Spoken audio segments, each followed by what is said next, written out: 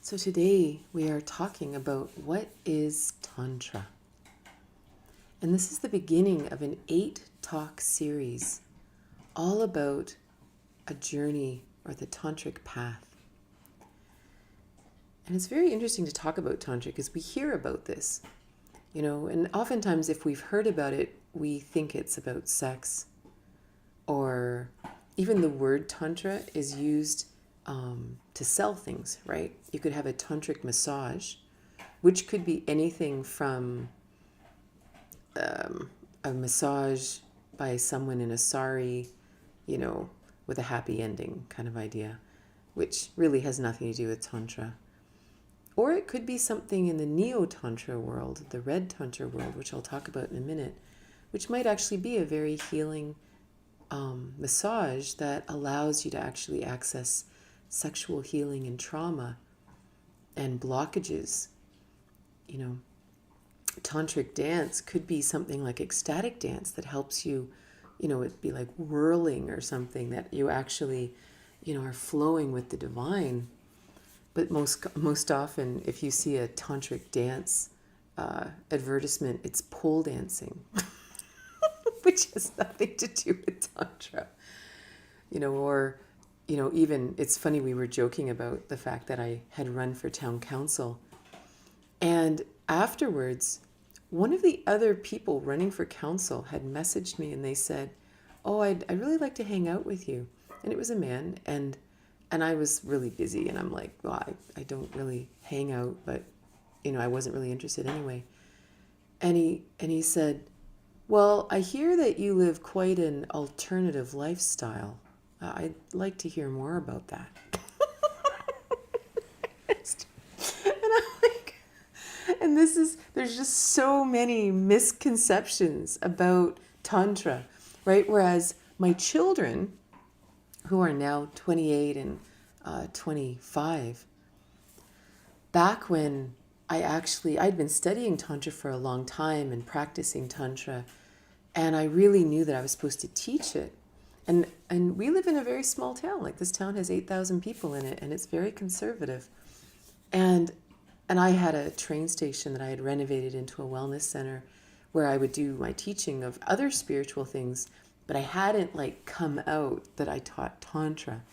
And I said to my kids, I said, and they were teenagers then, I said, what would you think if I came out? It's funny to say it like that, but and admitted to the world that I teach Tantra. And they looked at me and they said, "Mom, that's totally cool. I mean, of course you should do that." Because they know it had nothing to do with sex and orgies and pole dancing and massages with a happy ending, right? Because, my daughter, I had asked her to proofread my book, Tantric Intimacy. And she said, "Mom, I can't be objective." She said, "This is everything we've ever lived with. We've lived in a tantric environment our whole life, which doesn't have anything to do with sex. Like, zero. Not that it would, well, it would be weird with my kids if that was about sex, but it's a spiritual path. That when we bring that spiritual perspective to our lives, amazing things happen, right? So it's a very interesting thing to discuss this tantric journey. I also want to just quickly mention the ideas that we often hear of white tantra, red tantra, pink tantra, and black tantra. There's other delineations, left and right paths and all that, but we won't get into that today. But basically, white tantra is the spiritual path of Tantra. Any of the spiritual paths that have nothing to do with sort of life. It's about merging with God. It's about merging our consciousness with the divine. And in that practice, you might chant mantra. You might stare at yantras on the wall, they're not mandalas. They're actually very interesting geometric patterns. There's often a dot right in the center. And you gaze at this, and you slowly, all your consciousness converges so that you can have an experience of the divine. And so this is a a white tantric example. Red Tantra is often what you would call now Neo-Tantra, which is a very, very, very popular. It's the most popular kind of Tantra out there because it directly is about relationships, sex, intimacy, that kind of thing. Most red Tantra that I would call red has nothing to do with actual spiritual Tantra, And I say that because in order for something to be about true Tantra, there has to be some element of the divine. Storm, my puppy, has arrived with her bully stick, is joining us, so I apologize for any extra chewing sounds. Whereas pink Tantra combines it. There are a lot of people out there who might be classified as a neo-tantric teacher.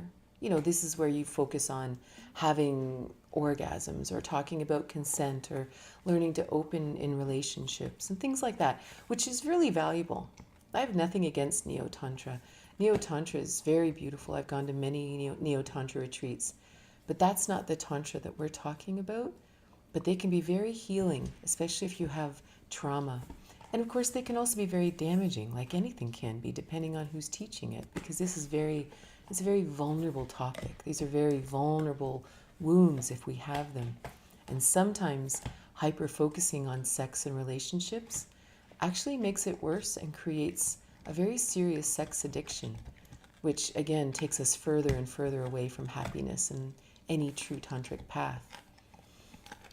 But there are many neo-tantric practitioners out there who would practice something more like a pink tantra. And what they do is they practice the red tantra in that they focus on the relationships, intimacy, things like that, but it's with a spiritual perspective. They bring that spiritual healing in as well, that wonderment, all that kind of thing. In many ways, my book, Tantric Intimacy, would be considered pink Tantra because it isn't just about sex at all. It's really about that inner healing. It's about embracing true divinity within, masculine, feminine union, love, that kind of thing. And then we bring that out into the world. So the red and pink Tantra, it's very, very applicable to the places in our lives that we often really suffer a lot. And then there's black Tantra, which is very similar almost to kind of a witchcraft. And because the idea is that you would use, again, sexual energy or this kind of energy to make something happen, right? So you create an intention and then you do some kind of practice, normally sexual in the West. And the idea is to manifest this thing. I have no idea about any of that. I was at a retreat once where they were dabbling in it, and it was really awful. But I have no wisdom to share about that.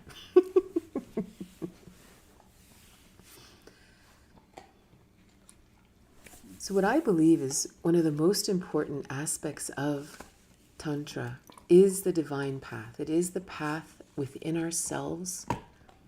And we use that to heal ourselves, and then we bring ourselves out into the world, into every aspect of our life.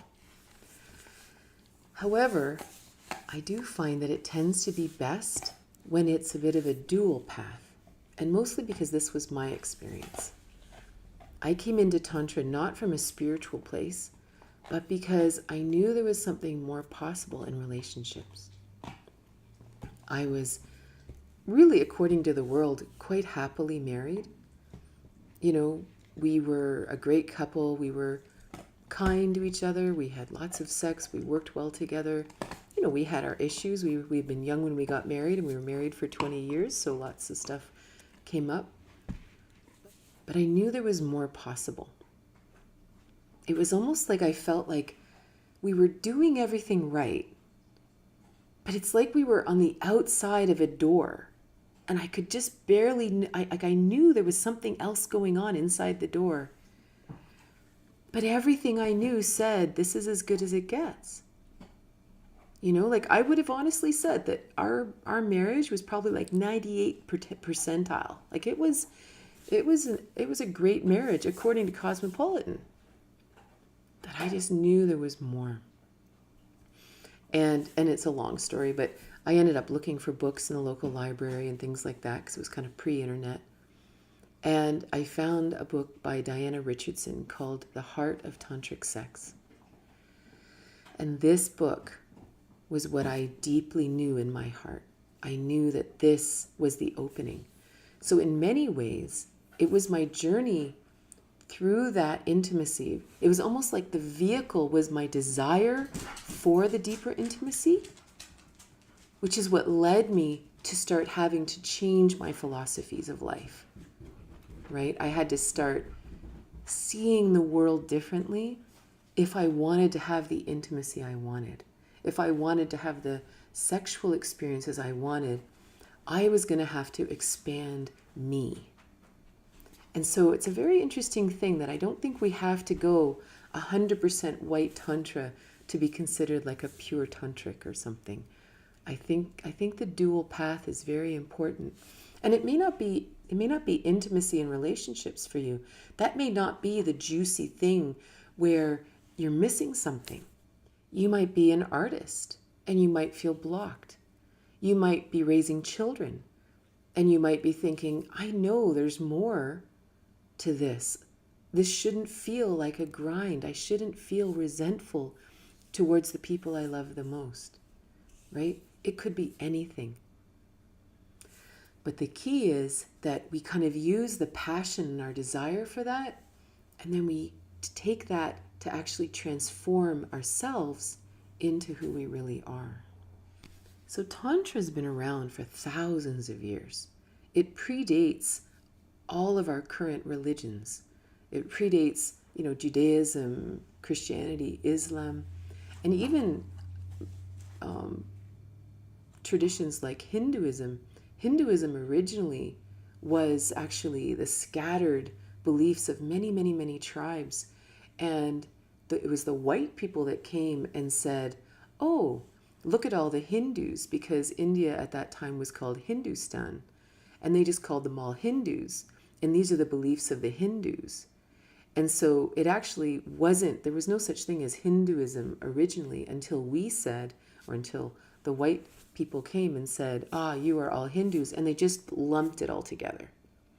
And then Hinduism did become sort of okay, here's the collection of our beliefs and our stories. And now it's something that people are like, yes, I am Hindu. So those original tribes were always around, but the actual belief system of Hinduism is relatively new.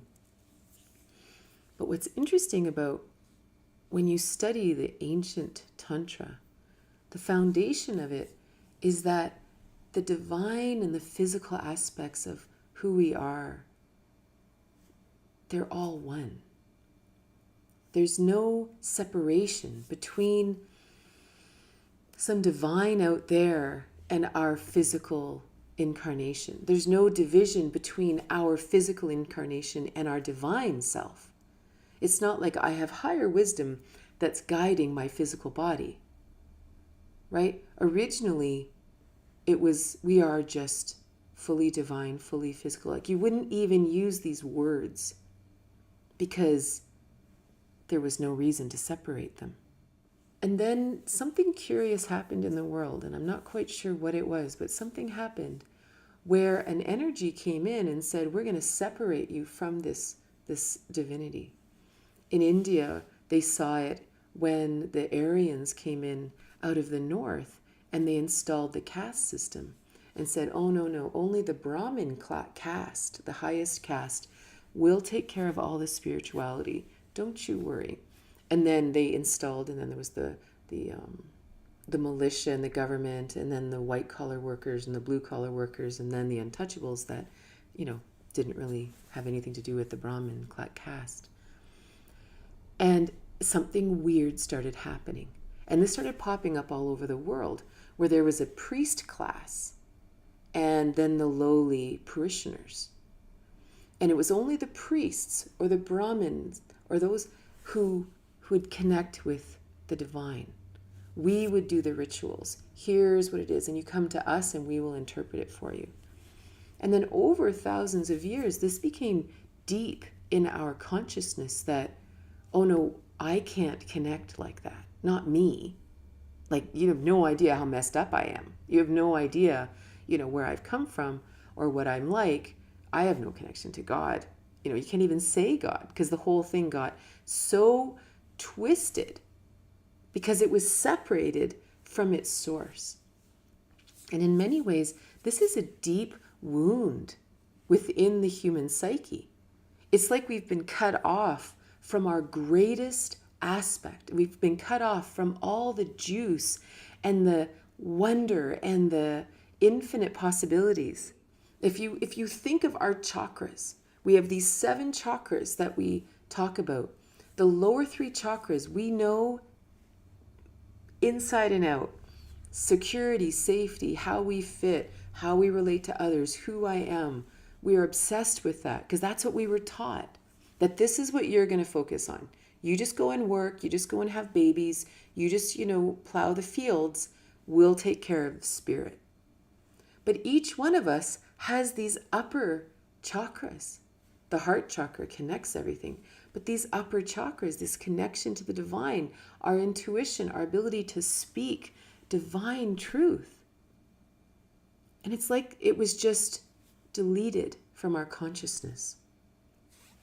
Well, what's wild is oftentimes you'll hear that tantrics were these rebels, right? They would go and they would do things in the town square that no one's supposed to be doing. But they weren't rebels. They just didn't agree with the Brahmanic caste that said the divinity has nothing to do with you. Here are the rules. Here's what you should do because you are of a lower caste, right? And the Tantric said, no, we're not.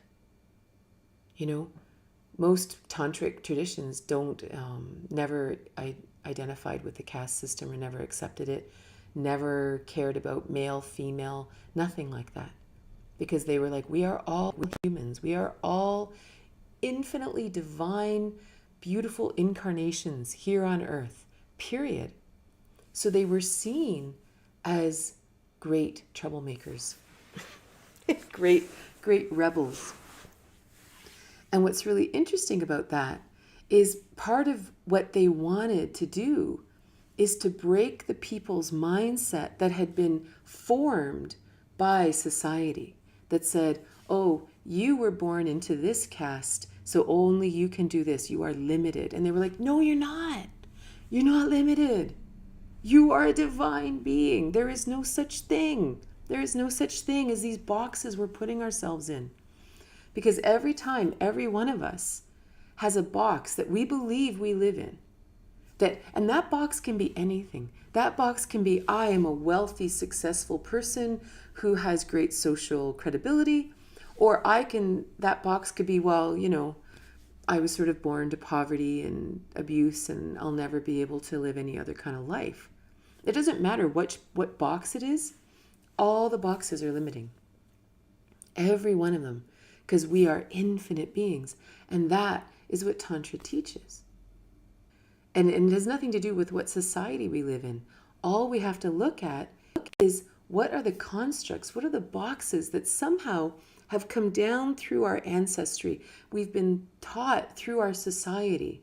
And maybe even our own selves through multiple lifetimes if we understand the world that way. What are the ideas that keep me from fully connecting with this infinite self that I am? Because one of the great challenges is that because we had this divinity separated from us, suddenly you have the divine, the people who are seeking the divine only, which sort of became the priest class, the Brahmins, or anyone that joined a monastery, right? Anyone that went into seclusion like that because they just wanted to focus on that. And then there was the creation of this secular class, right? Everyone who just worked. You just work, you just have babies, you just make money, you just get up, you do the grind. You get up, you do the grind. This is what you do. And the challenge with that secular world is it's just this weird cycle. And we all know this, right? It's like, how do I get out of this weird cycle? There's got to be more to life than this. And we know it deeply. And the challenge is because we're so conditioned, we're so civilized, we've been tamed, we have no connection with our wildness, our divinity, that anything's possible. And we end up living lives kind of like trained animals or tamed animals or like robots. And so what do? Well, we drink or we do drugs or we have whatever. We just do whatever we can to just have some edge in our life. Because we know that this robotic thing, there's no way this is it. Our bodies start to fall apart because we have no actual joy. We're not actually experiencing life as a true human. We're living as some kind of half life, half human. And so this is where Tantra really clicked for me, was this idea that life is to be lived with both of these together. That we don't have to separate ourselves from the secular world to experience God or conscious or infinity. And we don't have to just live in the secular world without this incredible expansive consciousness. That living suddenly becomes joyful and fun and amazing when we blend them together. And I don't just mean doing yoga in the morning or going to church on Sunday. I mean every moment of the day feeling expansive while I'm washing the dishes, while I'm petting the dog, while I'm making love, while I'm driving to work. That is the tantric path, right? That it's fully applicable in life. It's every moment of our day. So the actual tantric path is all about, they often say that Tantra, it means transformation, tools of transformation. We can interpret it as the transformation of self, right? Into our greatest self, for sure. We can look at that because it's true.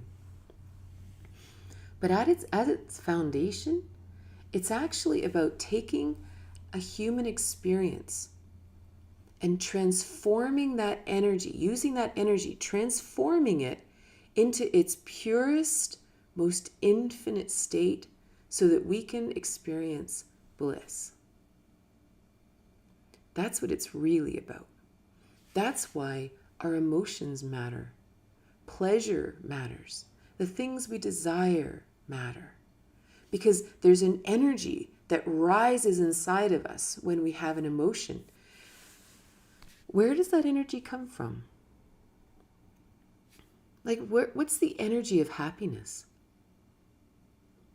Like, we know what happiness feels like, but what is the energy that makes us, that animates us, or that makes us sad? What is this energy? Right? I don't have an answer. I can't describe it, but if you can imagine that energy.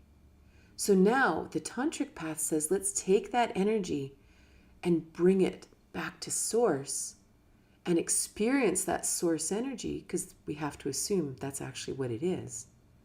And then all of a sudden, our whole body has beautiful chills running through it because we're taking this energy and just fully experiencing it in its infinite self, in its infinite way.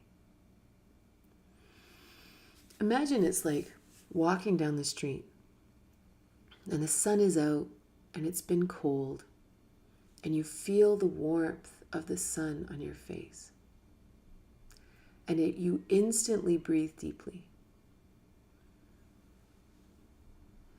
And the warmth floods your whole body. And you have this moment of ecstasy. That is Tantra. You took this very visceral feeling of the sunshine and the warmth on your face, and you released all the constructs of life and all the thought forms, and you just dissolved into that source energy. This is Tantra.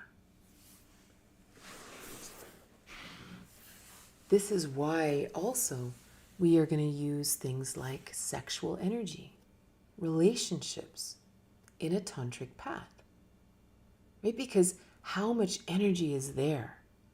How much energy is in the sex act, in the pleasure, in the excitement, in the orgasm, in the desire, right? Think of this energy. What is it? Like, is it, I mean, we give it names. It's prana, it's source energy, it's life force, it's sexual energy. What is this energy?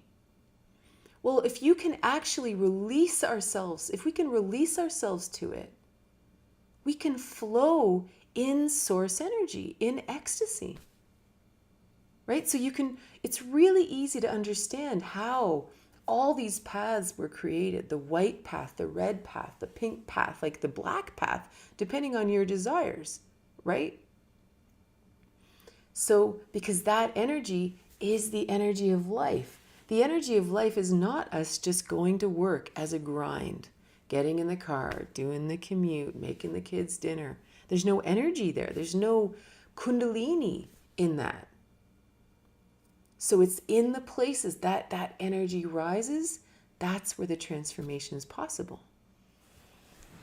So I've been teaching Tantra for a long time. And one of the challenges is that we can take the courses, we can read the books, we can go on retreats, but for some reason, things don't change. And sometimes it even gets worse. I've seen so many people go away to Tantra retreats and they have these mind-blowing emotional releases and they realize that, oh my God, I have issues with my mother and my father, or I have whatever. They have all these issues. And they go home and they feel even more alienated than they were when they left.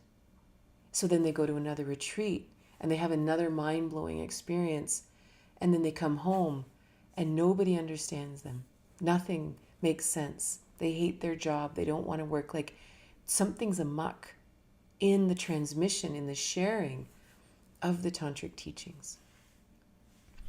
Well, one interesting thing is that, so again, thousands of years ago, when whatever curiosity happened that started to separate this divinity and the physical being, Tantra spread.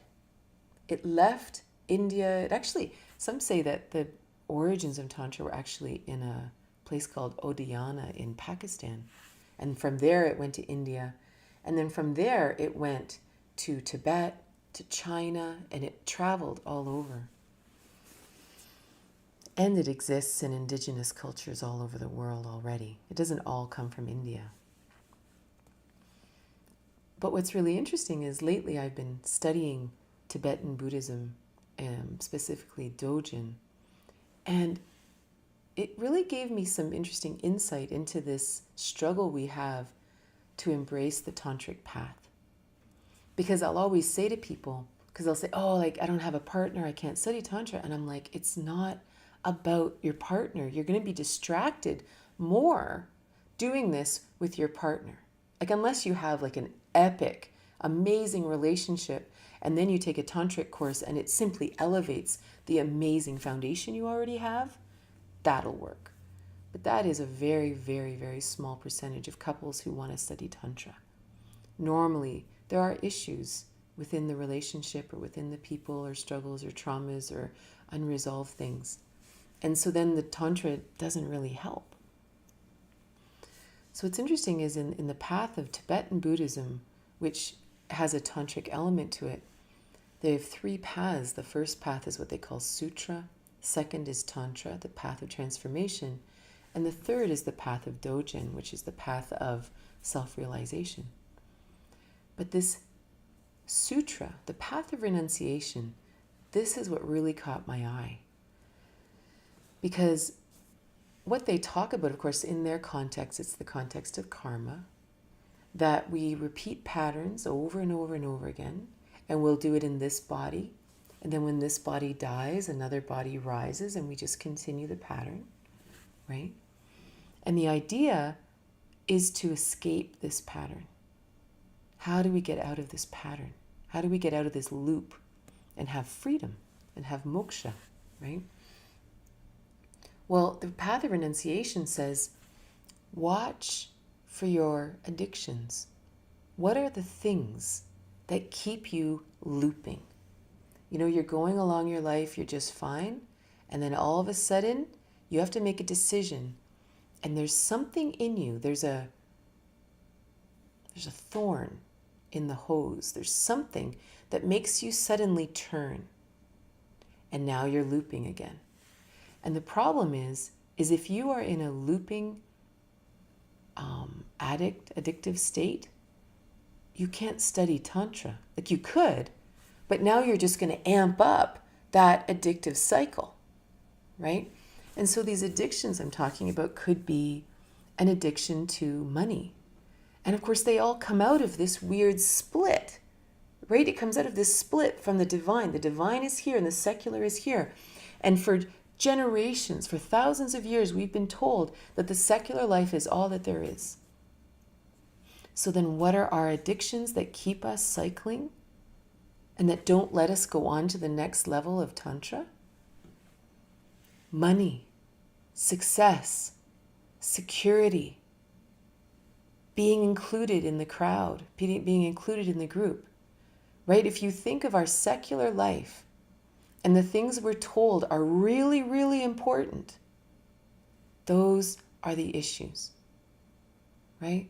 So then that's why the path of renunciation will often be, you have to give up worldly possessions, or you have to give up sex, or you have to give up whatever. And so it's not about saying there's something wrong with sex or money or worldly possessions or family or work or anything like that. It's not about that. But because we've been told these are the most important things, they cause us to perpetually loop. We could be going along just fine, and all of a sudden our fear of not having enough money is going to turn us, and back we go. We're going to be in a negative cycle, right? It's kind of like that, you know, I hate my job, so I quit it or something, but I hate that job even more, but it's more money, but I'll do it anyway, right? And then my whole life sucks, right? I'm horrible to live with. My partner leaves me. I'm nasty to my kids because I'm making this choice out of money. But you have no idea how important money is, right? We have this thing. And this is why it's so important, if we want to study Tantra, that we really deeply do the inner work. And we look at our life. We don't have to live a life of renunciation or anything like that. Or maybe we do in part. And we have to really look at the cycles that we're stuck in. Because if we are stuck in a cycle, how can we possibly transform our emotions into source energy? Right? We're not experiencing source energy now. We're not experiencing the infinite possibilities of life now. Right? So like, let's say, for example, it's like, you know what? I'm not allowed to worry about money. No matter what. If money's my issue for whatever reason, and it could be because you've always had money and you're afraid of not having it. It could be because you've never had enough money and you are obsessed with making sure you do have enough money. Right? It's not about the money. It's about which way the addiction throws us. Right? But you might just say, you know what? No matter what, if I make a decision, it cannot be based in money. Which means I can only take a job because I love it and I'm inspired. It might mean making less money. It might mean making more money. We have all kinds of issues about money. But I can't make a decision based on that. Maybe our addiction is to relationships, that I must have a relationship. I want to have sex. I'm lonely. I'm unhappy. I don't like. Then we can no longer make decisions based on trying to get into a relationship.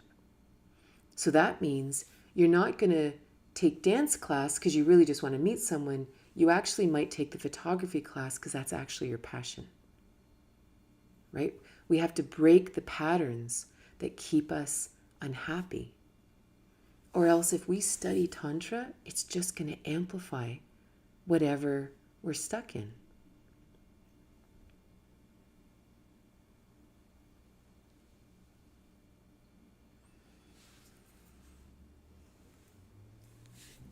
So on a really practical level, what do we do?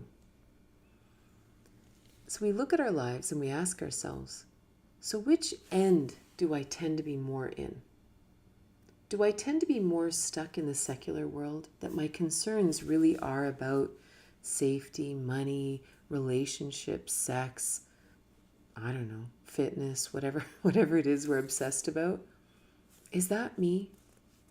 Because if that's me, then the path of Tantra likely will be, first of all, make sure we don't have any attachments down there, to kind of clean that up a little, to make sure and look at it and say, am I obsessed with this? Then we want to actually expand our divinity. And of course, how do we do that? Well, if I'm obsessed with money, then I'm not going to make a decision based on money. So instead, I'm going to make a decision based on faith. And I'm going to listen inside and I'm going to say, what do I really want to do with my life? And you think of something that would bring you joy, and you walk towards the joy instead of the money. But that's a faith walk, right? It's easy for me to say it, but that's a faith choice. And that's hard. Like, what I'm saying isn't easy if that's your addiction, if that's your compulsion. In the same way that if you're sure that the only thing wrong with your life is that you don't have a partner, you haven't found your one, if you are sure that that is what you're missing, for me to say, give that up. I'm not saying you'll never find it, but you're never going to, if you want to experience Tantra, you have to completely let that go and make choices in your life out of joy. That will become a walk of faith, a very difficult inner journey, because you're going to want to keep going there. So what are you going to have to do? Okay, then I need to find a practice to help me get out of this. I'm going to have to meditate. I'm going to do Kundalini yoga. I'm going to do whatever it takes to unearth wherever this stuck state is coming from, right? Or maybe you're completely caught in the upper triangle and all you care about is God and consciousness and all that, but you're not connected in the world at all. You're not connected into society. You're not connected into friend groups or family or whatever. Well, then the journey is, how do I bring everything I know, everything I've studied, everything I've read, everything I've experienced into the world? And not in a teacher, preacher, save the world way, but in a genuine, heartfelt, open way. How do I connect? How do I bring this joy into my manifest reality? Tantra is always just about merging those two things. And again, over the next 7 talks, we will explore a lot of those aspects for sure.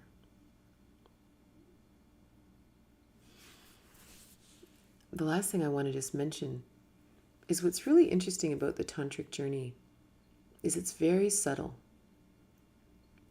It isn't like sometimes you might have a revelation and you just sort of, whoa, like I totally get it, or you have a near-death experience and suddenly all of the infinite consciousness completely blends with everything and it's easy peasy. But that's not normally how it goes. Normally, you'll begin a practice.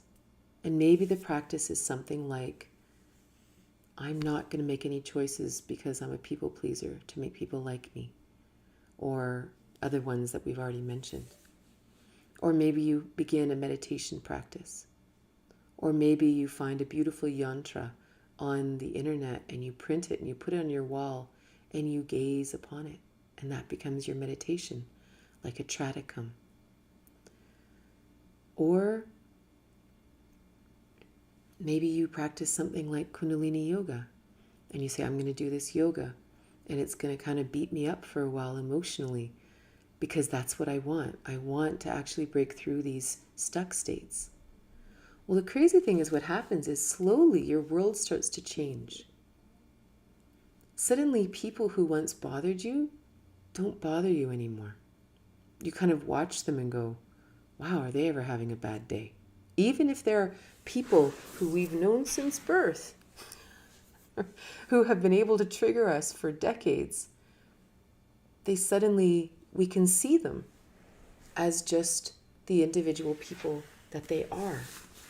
They no longer hold this power over us because we've actually connected with our own infinite self. Suddenly, people seem to start acting differently. Opportunities appear that you never could have imagined. But it's all these little weird, subtle things. And you almost start enjoying the feeling of not driving the bus. Because you have this infinite self. You're navigating infinity. You're not navigating the limited secular world. We're navigating infinity. How do you do that? Right? If we're here on Earth and we know, here are all the possible roads that my car can go on. This is navigating the secular world. And I say, okay, I want to go to the mall. I know how to get there. And we become very good and very efficient at that. Now all of a sudden, we're in a spaceship and we are out in the galaxy and it is infinity all around us. Where do we go? Right? Where do we go? Like, how do I choose? There's nothing. So what do? We start to listen inside. And something inside of you says, I think we should go that way. And you begin an adventure. That's Tantra. That's living in a tantric way. For some reason, you turned left. And then you did this, and then you did that, and then something interesting happened. And then someone says, wow, you're an amazing manifester. And you're like, I don't know. I kind of just ended up there. I'm not really sure I was driving that bus. You know? It's a very, very interesting journey. So thank you so much for being here. I hope you have a wonderful day.